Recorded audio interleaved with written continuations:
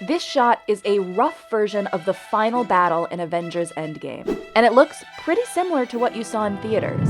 But the process of putting this rough shot together began 3 years before the movie came out, well before the actors went on set and before a single frame was captured on camera. These rough shots are called Previs, short for previsualization. Essentially, this tool allows filmmakers to digitally map out how they want any given scene to look. Directors can then use the previs as a guide for how to film scenes, sometimes frame for frame, once everyone's on set. Previs has been around for a long time, but in earlier movies, it was used in a much more limited way. They were used for just small pockets of that movie, for the one big visual effects shot, for the big finale sequence. But now, instead of just using Previs in small doses, companies like The Third Floor have developed it into a tool for designing entire movies. And no studios embrace that approach more than Marvel, which has enlisted the help of The Third Floor for 19 of the 23 films in its Infinity Saga. For 2014's Captain America: The Winter Soldier, Marvel had gotten to the point of pre-visualizing 2/3 of a movie. Today, the studio is known to use visualization to map out every single scene, not just action scenes either. For Endgame, The Third Floor's work touched everything from the comedic scene with Hulk in the diner to emotional moments, like the one between Hawkeye and Black Widow on Vormir, leaving nothing up to chance in one of the most expensive movies ever made. The first visualizations of a Marvel film will often begin before the script's fully finished. And that actually is the best place for a professional visualization team, is to be able to make bridges and try out some experiments between departments that have a crazy idea that may or may not work. You want to be able to throw things at walls and see if they stick. Occasionally, rough previs might be underway even before the cinematographer or director has signed on to the project, a practice that can be controversial in Hollywood. Director Lucrecia Martel said she turned down the offer to direct the upcoming Black Widow movie after Marvel told her not to worry about the action sequences. It is true that Marvel encourages their team of Previs artists to play an active role in story development. Jeff Ford, the editor for Endgame, said that The Third Floor's visualization supervisor Gerardo Ramirez, who'd worked on 9 prior Marvel films, was like an additional director, writer, and editor on the project. That's because Previs artists are involved in just about everything from the start, helping to map out story beats and shots, and consulting on everything from blocking, staging, lighting, how heroes will use their power in big fights, and even the timing and tone of any given scene. To understand just how crucial Previs is to Marvel's process, let's go back to that final battle from Endgame, specifically the Avengers Assemble moment, when all the heroes return one by one through portals.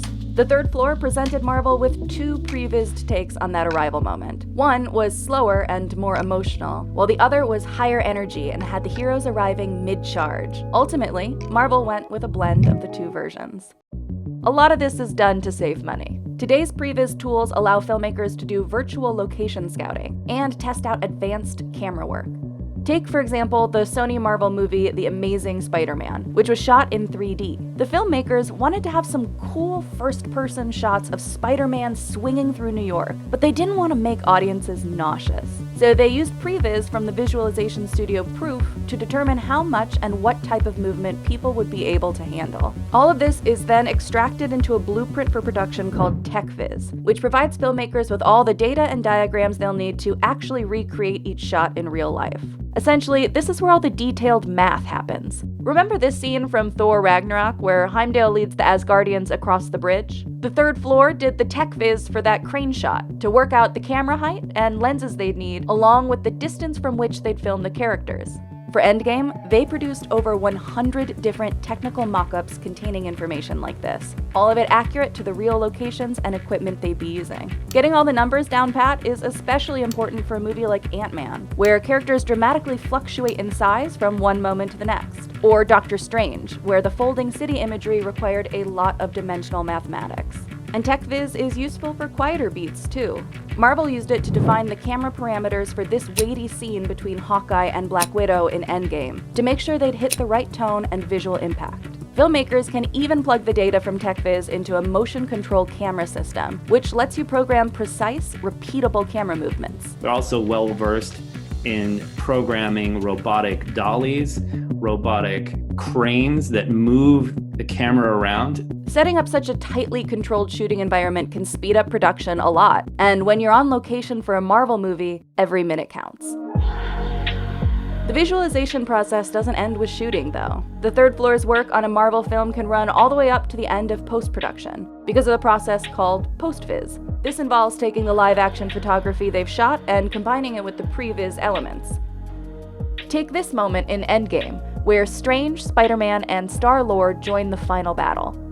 The third floor started with completely digital previs and techvis for the shot, which Marvel then used to film the actors on a green screen. Next, the third floor reintroduced some key previs elements, like the background and the outline of the portal. For Endgame, the third floor's artists made 7,300 previs shots. Over 7,000 of those ultimately became postvis shots. The postvis shots serve as placeholders in early cuts of the film, allowing Marvel to quickly preview it before commissioning the finishing effects. Marvel will often screen these versions of the film, filled with postvis, in front of test audiences to get an idea of how the film might be received. Plus, the postvis shots provide a template to the VFX artists, who take on the movie's final effects work.